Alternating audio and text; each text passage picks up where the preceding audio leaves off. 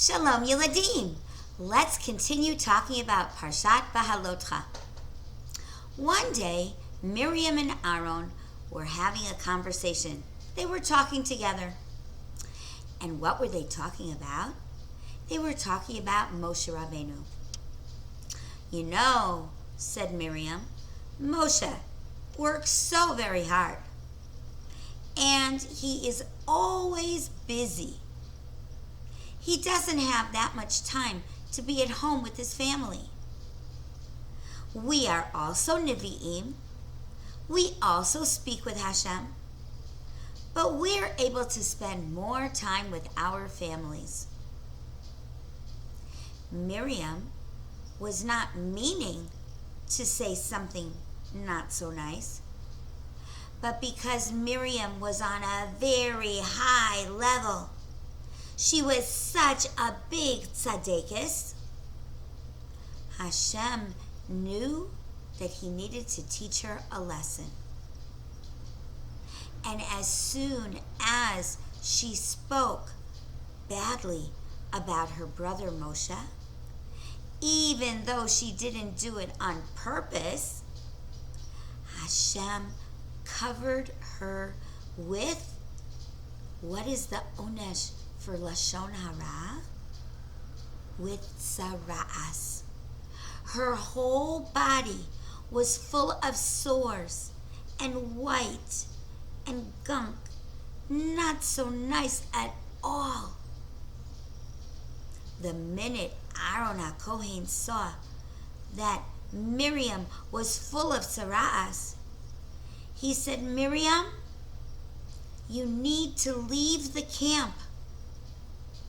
You cannot be in the machana of Shekhinah for sure, next to the Mishkan. You cannot be in the machana of Leviah, where the Leviim and the Kohanim live. And you may not be in the machana even of Yisrael, of the rest of the Shvatim. Someone who has tzara'as has to leave all the camps and stay outside for 7 whole days. Why, Yeladim? Why do you think that the onesh, when a person gets tzara'as, he needs to go out of all the camps and far away from people? Well, Hashem is teaching a lesson. If you cannot speak nicely when you are around your friends and family, then you need to leave your friends and family. Be by yourself and think how you can be better. How not to talk about other people.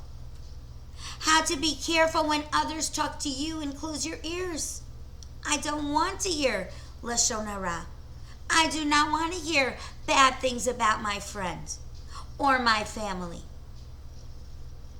When you are far away from everybody, then you suddenly see how lonesome it is and how you want to be with your family and your friends.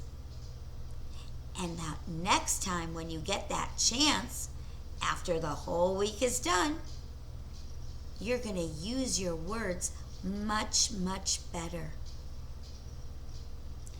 Well, Miriam was indeed a big tzaddikus. Do you remember what Miriam did for her brother Moshe and how much love she had for him? Do you remember when Moshe was in a little basket? Miriam put that basket into the water, and then she went to hide behind the bushes. Her mommy didn't say that she had to wait. Her mommy just said, put the basket in the water and please Hashem save my baby. But Miriam loved that Moshe. And she stood behind the bushes and waited to see what would happen to him. And we all know what happened. The daughter of Paro came.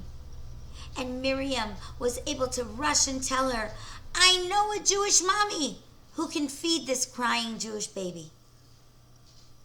Hashem never forgets chesed.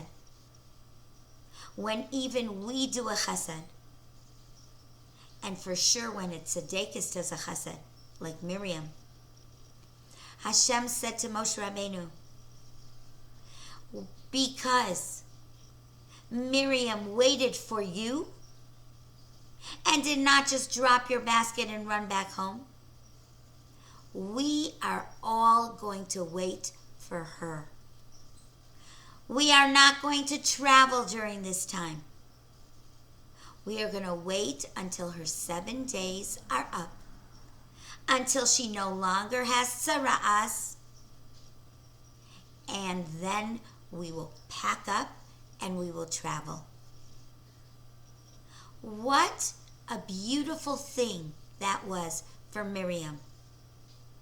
That even though she was feeling awful and so sorry for talking about Moshe Rabbeinu, and she was feeling so alone outside all the machanos, she felt a special something in her heart that all of Klal Yisrael remembered, and HaKadosh Baruch Hu remembered, the chesed that she did when she was a little girl. Now, why is this story told in the Torah? Is it told so that Miriam should be embarrassed? Chas v'shalom. The Torah doesn't embarrass people. The reason why this story is told is because we need to remember that our words are really, really powerful. And if a big tzaddikus like Miriam could make a mistake, well then we, who are not as great as Miriam, could for sure make a mistake. The Torah tells us the story of Miriam and her tzara'as to remind us to be careful with our words. She was very lucky, because as soon as she spoke something that was not okay, right away she understood she did something wrong, because she got tzara'as. We don't live in a time where we get tzara'as today. So reading the story of Miriam reminds us that we should be very, very careful with the words that we say. And with that, I wish you a Shabbat Shalom.